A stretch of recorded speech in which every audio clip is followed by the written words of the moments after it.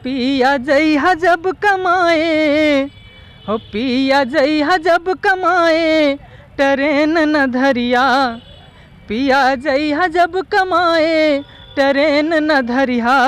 भइल रेलिया बबैरन विश्वास न करिहा, भइल रेलिया बबैरन विश्वास न करिहा। नमस्कार, इस वक्त हम लोग कानपुर में हैं और हमारे साथ अमेठी के फेमस लोक गायक प्रदीप मौर्य जी हैं।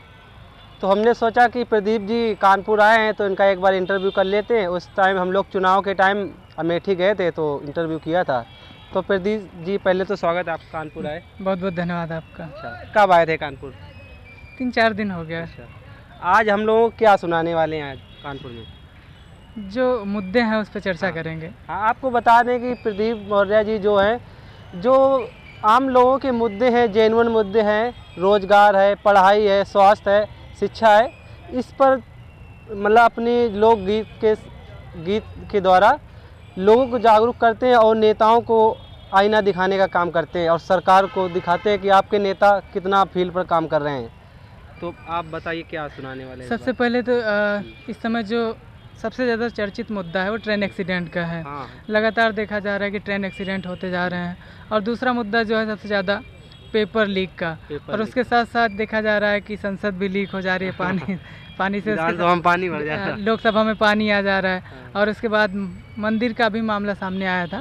तो ये सब चर्चित मुद्दे हैं। इससे लगता है कि सरकार पता नहीं किस तरीके से, किस स्तर का काम कर रही है कि लगातार भ्रष्टाचार उजागर हो रहा है। तो सबसे पहले हम ट्रेन एक्सीडेंट पर मैंने मार्मिक गीत लिखा था कि ऐसे जो हादसा हो रहा है तो ऐसे में परिवारजन, यानी कि जैसे कोई जाता है तो वो लोग चिंता में रहते हैं कि कहीं हमारे साथ ऐसी घटना न घट जाए। तो ऐसे में मैंने एक गीत लिखा था कि एक पत्नी है अपने पति के बारे में क्या सोचती, देखिएगा। पिया जइहा जब कमाए, हो पिया जइहा जब कमाए, ट्रेन न धरिया।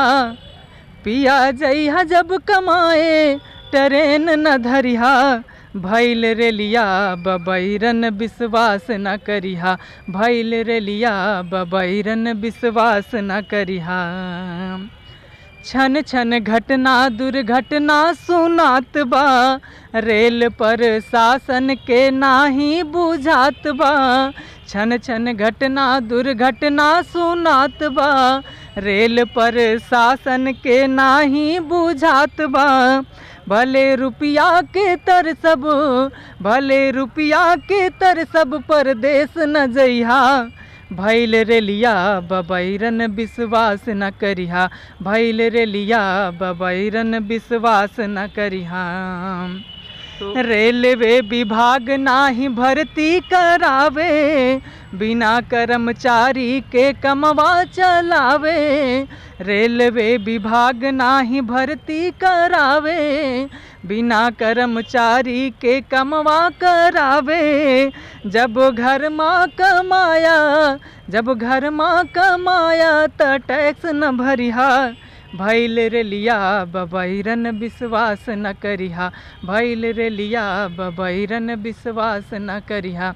लोगों का विश्वास हट जा रहा है कि रेल एक सुरक्षित यात्रा हुआ करती थी एक दौर में, लेकिन आज के दौर में जब से हमारे रेल मंत्री जी आए हैं, रील बनाने में व्यस्त हैं और लगातार बताते रहते हैं कि हमारे पास ये टेक्नोलॉजी, इस टेक्नोलॉजी बहुत बढ़ाई, तभी अच्छी होती है। हाँ, इस टेक्नोलॉजी के साथ हमारी ट्रेनें चलेंगी तो आएगी तो सामने से पता चल जाएगा कि ट्रेन एक्सीडेंट होने वाला है तो कंट्रोल हो जाएगा। लेकिन ये सब एक मजाक सा लग रहा है कि मजाक कर रहे हैं, रील बनाने के लिए, वीडियो वायरल करने के लिए, टेक्नोलॉजी को दिखाने के लिए। टेक्नोलॉजी नहीं, एक भारत में कहा जाता है जुगाड़, तो समझ लीजिए जुगाड़ से ही चल रहा है सब। एक्सीडेंट लगातार हो रहे हैं।